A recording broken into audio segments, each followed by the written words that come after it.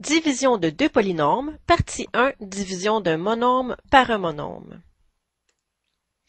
Dans cette première partie, nous verrons comment diviser un monôme par un monôme, et dans les parties suivantes, nous verrons comment diviser un polynôme par un monôme, et ensuite un trinôme par un binôme. Tout au long de la capsule, nous consulterons et compléterons notre résumé. Alors, si vous ne l'avez pas déjà en main, je vous invite à aller le chercher pour pouvoir y ajouter des informations. Section 1. Division d'un monôme par un monôme. Dans les capsules précédentes, vous avez vu comment multiplier un monôme par un monôme. Et si vous vous souvenez bien, nous avions fait une petite exploration avec des nombres entiers afin de généraliser la simplification de la multiplication de deux nombres ayant la même base. Donc, nous allons faire exactement la même chose pour ce qui est de la division. Nous allons observer comment simplifier une division de deux expressions dont la base est identique. Alors, si par exemple, on observe ce que donne 4 exposant 5 divisé par 4 exposant 3, en développant, ceci donnerait quoi? 4 fois 4 fois 4 fois 4 fois 4, 4 fois lui-même 5 fois, sur 4 fois 4 fois 4, 4 exposant 3. Et vous savez que l'on peut simplifier un nombre au numérateur avec un nombre au dénominateur, puisque tous ces nombres sont des facteurs. En fait, ils sont séparés par des multiplications. Alors, on pourrait simplifier ici un 4 avec un 4 en divisant par 4, ce qui donnerait 1 et 1. On pourrait simplifier un autre 4 au numérateur et un autre au dénominateur, ce qui donnerait également 1 unième. Et aussi un troisième, comme ceci. Alors, que reste-t-il? 1 fois 1 fois 1 fois 4 fois 4.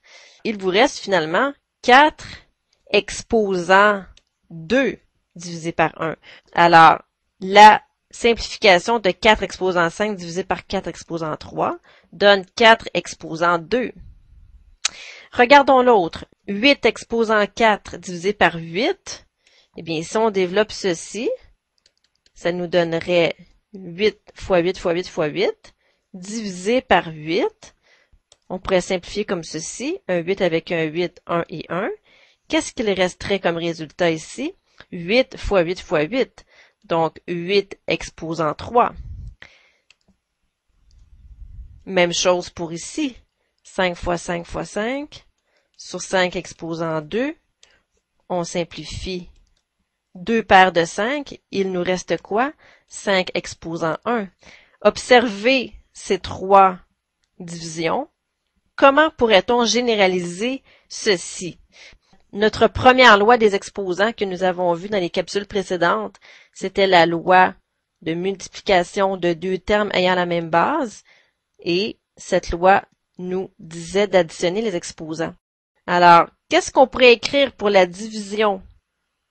A exposant m divisé par A exposant n est égal à quoi? Prenez quelques instants pour réfléchir à ceci. Qu'est-ce que ça donne ici? Comment peut-on exprimer l'exposant résultant par rapport aux deux exposants des nombres que nous avons divisés? Alors, si on observe bien, 2, c'est le résultat de 5 moins 3. 4 moins 1 égale 3. 3 moins 2 égale 1. Alors, A exposant m divisé par A exposant n, ça donne quoi? Eh bien, ça va donner le nombre qui possède la même base, mais dont l'exposant est le résultat de la soustraction de m et n. Alors, voici notre deuxième loi des exposants. A exposant m divisé par A exposant n est égal à la m moins n. Alors, ici, lorsque vous observez cette loi, il faut toujours avoir dans l'idée que le A représente un nombre. D'accord? Ici, le A vaut 4. Ici, le A vaut 8. Ici, le A vaut 5. Le A représente la base. Et le M et le N représentent les exposants, ici, de chacun des termes que vous divisez. Voilà.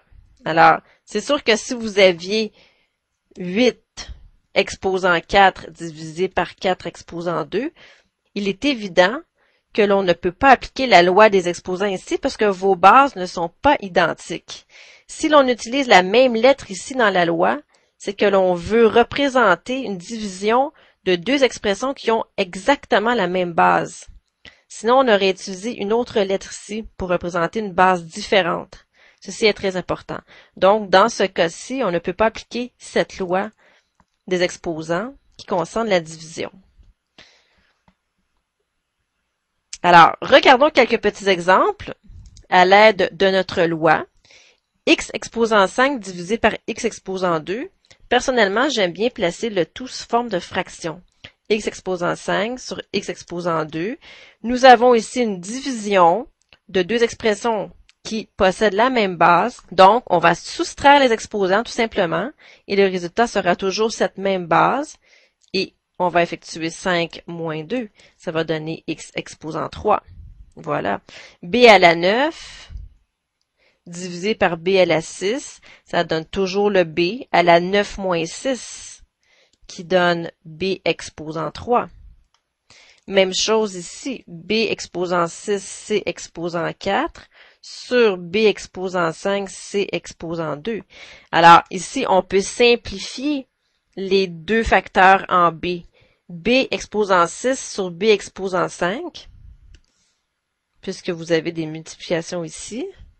Eh bien, ça va vous donner B exposant 6 moins 5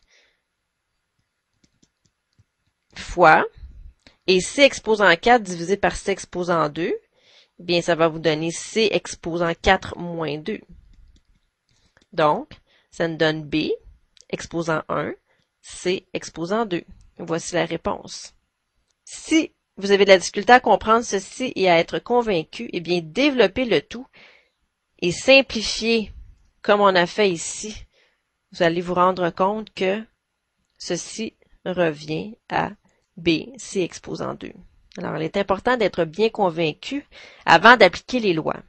Sinon, vous allez avoir de la difficulté à retenir les lois si vous ne les comprenez pas bien. Donc, faites-vous des expériences et soyez convaincus de la loi avant de l'appliquer. Ici, même chose, x4, y3 divisé par xy. On peut simplifier les x. 4 moins 1, ça donne 3. Et 3 moins 1, ça donne 2 pour les y. Si vous aviez eu x exposant 4 plus y exposant 3 sur x plus y, est-ce que vous auriez pu simplifier ici x exposant 4 sur x qui donne x exposant 3? Non, faites très attention, ceci n'est pas égal à x exposant 3 plus y exposant 2.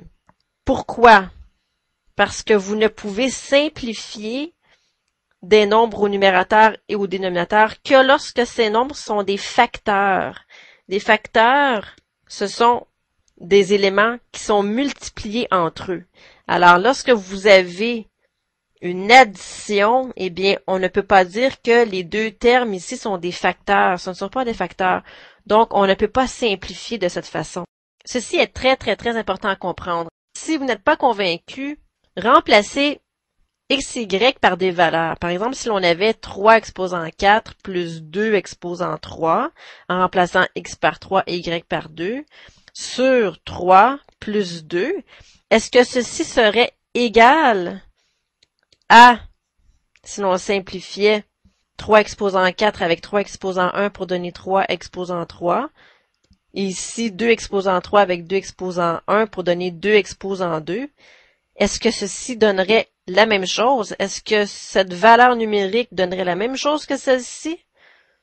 Eh bien non, si l'on calcule ceci et que l'on calcule ceci, on voit très bien que ce n'est pas égal.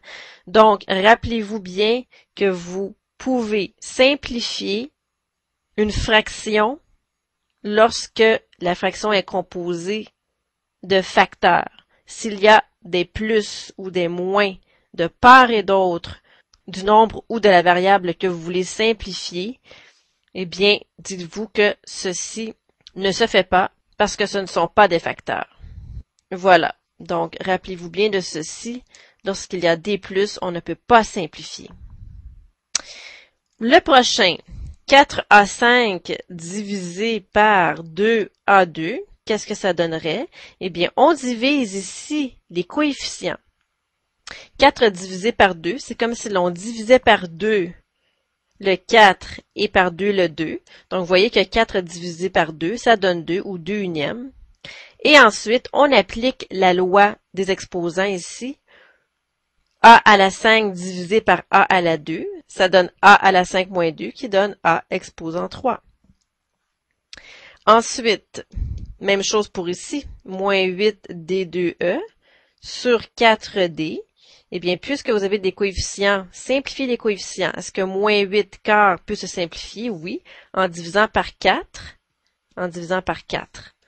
Donc, ça donne moins 2. Et pour les variables, D2 divisé par D donne D exposant 2 moins 1, qui donne D exposant 1, et E, ici, qui est un facteur qui multiplie le reste, donc on l'ajoute, tout simplement. Un petit dernier, moins 24 D6 E5 F sur 8 D3 E4 F. Que feriez-vous dans ce cas? Tentez de le simplifier en même temps que moi.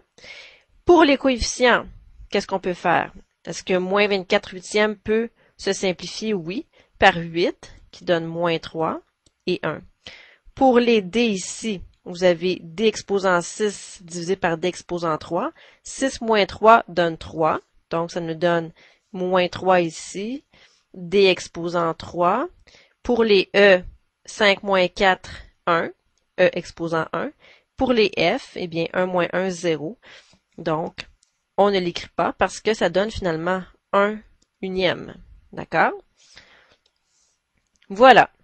Alors, allons inscrire notre deuxième loi des exposants sur notre feuille résumée.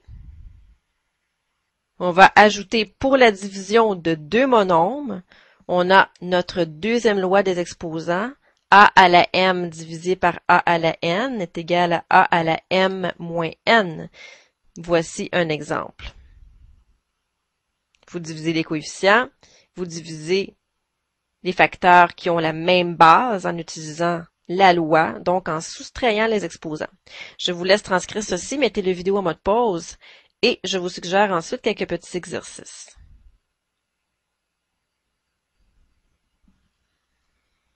Exercice 1, effectuez les divisions suivantes. Je vous laisse faire ceci, mettez la vidéo en mode pause et je reviens ensuite avec la solution.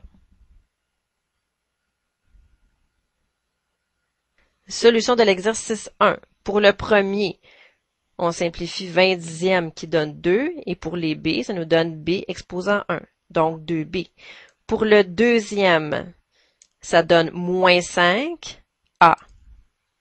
Pour le troisième, ça donne moins 4N. Ensuite, pour le D, ça donne moins 4 pour les coefficients.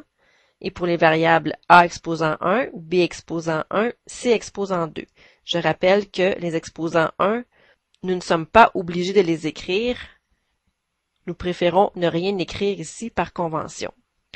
Pour le E, on divise les deux coefficients, ça donnait moins 2 tiers, et pour les variables V exposant 2. Ensuite, pour le F, ça donne 1 et non pas 0. Faites attention à ceci. 8 tiers avec 8 tiers, on le divise par 8 tiers, donc ça donne 1 et 1. B3 avec B3, ça donne 1 et 1. C avec C, ça donne 1 et 1. Voilà.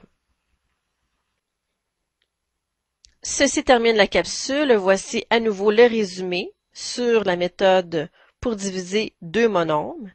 Sur ce, je vous souhaite un bon travail.